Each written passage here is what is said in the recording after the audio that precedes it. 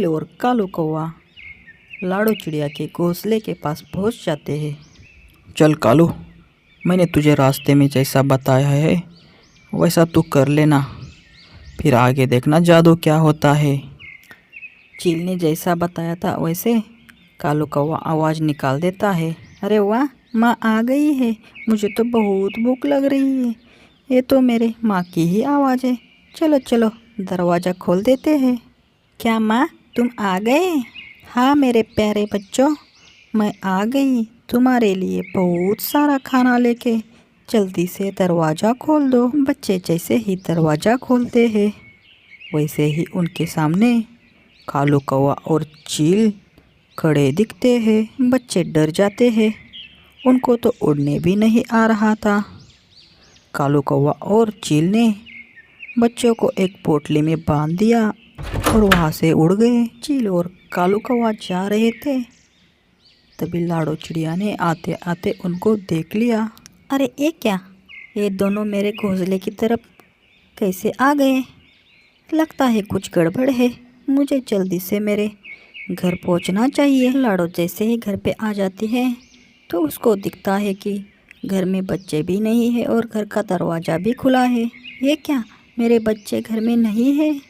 ज़रूर ये चील और कालू कौवे का काम है।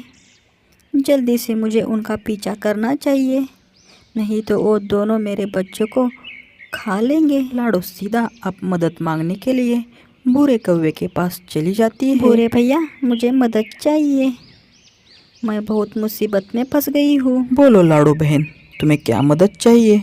बूढ़े भैया, मेरे बच्चे मुसीबत में हैं। मेरे बच्चे को चील और कालू कौवा उठा के लेके गया है। मुझे आपसे कोई मदद चाहिए। हाँ लाडो, मैंने अभी उनको यहाँ से जाते हुए देखा था।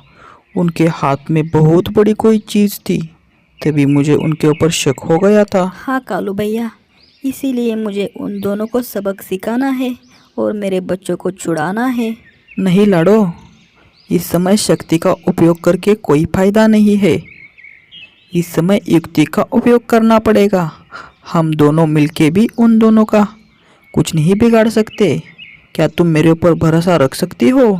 लाडो, तुम ऐसा करना, तुम सीधा यहाँ से मीनू मौसी के पास जाना और मीनू मौसी को लेके चीलू के अड्डे के पास आ जाना। मैं यहाँ से चीलू के अड्डे के पास चला जाता हूँ और उनको बातों बातों में फंसा देता हूँ।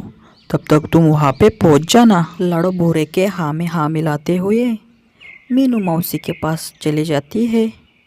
बूढ़ा कौवा भी चिल्लम चाप के अड्डे की तरफ निकल जाता है। कालू, हम एकदम सेफ जगह पे पहुँच गए हैं, पर तुम्हारे दिमाग को मेरा सलाम। क्या तुम्हें आवाज़ निकाली तुमने? हाँ यार चिल्लम चाप, मैं पहले से ही आवाज़ निकालने में माहिर हूँ, पर तुमने भी बहुत बड़ा दिमाग लगाया। चलो अब हम इन बच्चों का भोजन कर लेते हैं। तभी वहाँ पे बूढ़ा कौवा पहुँच ही जाता है। क्या कालू, पार्टी चल रही है क्या? क्या भाई अकेला अकेला खा रहा है? हमें कुछ है क्या? नहीं, बूढ़े यहाँ से चुपचाप भाग जा। मेहनत हमने की है और तुझे क्यों पार्टी दे दे हम? हाँ भाई, मैं तो ऐसे ही कह रहा था। मैं क्यों आपके बीच में कबाब में हड्डी बनूं? मैं तो यहाँ से चला जा रहा हूँ, पर जाते जाते मेरे दिमाग में ये आया, ये तो बच्चे 3 हैं, आप तो दोनों का हिस्सा बराबर रहेगा, तो ये बच्चे 3 में से आधे आधे कैसे खाओगे? मेरी माँ ने तो मेरे को लगता है कालू 2 खाएगा और चिल्लम चाप 1 खाएगा। ऐसे कैसे कालू 2 बच्चे खाएगा और मैं 1? आखिर बच्चे चुराने का आइडिया तो मेरा था। मैं बच्चे 2 खाऊंगा और कालू 1 खाएगा। हाँ चिल्लम चाप, आइडिया तो तुम्हारा ही था, पर सारी मेहनत मैंने की। आवाज़ मैंने निकाला, बच्चों को मैंने उठा के लाया, इसीलिए बच्चे खाऊंगा मैं 2 और चिल्लम चाप तुम खाओगे 1। हाँ, कालू सही कह रहा है। कालू ने मेहनत की है तो कालू 2 बच्चे खाएगा और चिल्लम चाप तुम 1 खाओ। अरे ओ बुरे, तुम तो उसकी ही साइड लोगे। आखिर है तो तुम्हारा ही भाई। अभी मेरा दिमाग खराब होने लगा है। अगर मेरा दिमाग खराब हो गया तो मैं बच्चों तो खाऊंगा ही खाऊंगा, साथ साथ तुम दोनों को भी खा लूँगा। बूढ़े ने कालू और चिल्लम चाप को अच्छे से अपने जाल में फंसा ही दिया था। तभी वहाँ पे लाडो और मीनू मौसी पहुँच जाती है।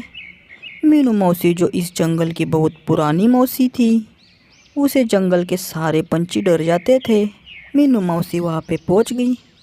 मीनू मौसी ने चिल्लम चाप और कालू कौवे को डंडे से बहुत पीटा और उनको वहाँ से भगा दिया। तुम्हारा बहुत बहुत शुक्रिया बूढ़े भैया, तुम अगर नहीं होते तो मेरे बच्चे की जान चली ही जानी थी। मीनू मौसी के बिना एक काम होना ही नहीं था। तुम सबका धन्यवाद। मीनू मौसी ने और भूरे कौवे ने लाडो के बच्चों की जान छुड़ा दी थी। बच्चे अब आज़ाद हो गए थे।